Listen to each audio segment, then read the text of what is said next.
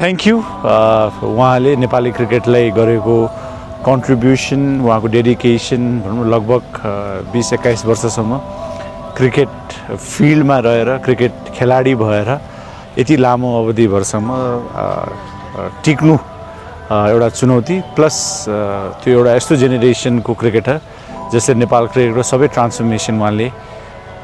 देखिसक्नु भएको छ र आइएम स्योर उहाँलाई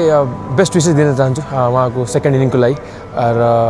लास्ट 15-20 इयर्सदेखि हामीलाई मोटिभेट गर्नुभएको छ। सो उहाँलाई एकदमै धन्यवाद भन्न चाहन्छु र उहाँको कन्ट्रिब्युसनप्रति हामी सबैजना नेपाल क्रिकेट टिमको तर्फबाट धन्यवाद भन्न चाहन्छु र उहाँलाई आफ्नो बच्चैदेखि हेर्दाखेरि ग्रोन अप भयो होइन सो उहाँ हाम्रो इन्सपिरेसन पनि हो र सबै जति पनि प्लेयरहरू छ सबैको यो टाइम आउँछ जो होइन शरद दाइले पनि अब भनौँ यो एकदमै एज ए क्रिकेट प्लेयर त्यसलाई नराम्रो त फिल त हुन्छ किनकि अब कति वर्ष दिइसकेको हुन्छ 10-15 वर्ष क्रिकेट दिइसकेको हुन्छ अनि त्यो छोडेर चाहिँ अब नयाँ जर्नीमा भनौँ न न्यू जर्नी अब स्टेप गर्दाखेरि चाहिँ कहीँ न कहीँ क्रिकेट मिस हुन्छ कि जस्तो त लाग्छ तर दाइले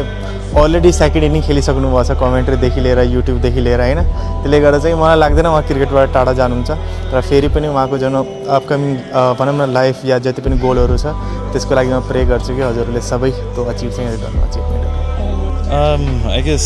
वी अल नो शरद दाईको अचिभमेन्ट्सहरू र शरद दाईले दिएको यो कन्ट्रीको लागि आफूले गरेको योगदानहरू जे छ त्यो चाहिँ अविस्मरणीय नै छ र हामी त दाईको अन्डरमा खेल्न पाएको कोही फ्रेन्चाइज लिगमा मैले आफ्नो फ्रेन्चाइज लिगको यात्रा पनि दाईको अन्डरमा आम स्योर कुशलले पनि दाईको अन्डरमै हो अनि त्यसपछि हामीले नेसनल टिममा पनि सँगै खेलेको छौँ। धेरै मोमेन्ट्सहरू छ नोट टु फर्गेट अब वर्ल्ड कप क्वालिफायर्सदेखि दाईको अहिलेसम्मको यो जति पनि यात्रा छ बयान गर्न सकिँदैन। धेरै अचिभमेन्ट्सहरू छ हामी त हाम्रो जति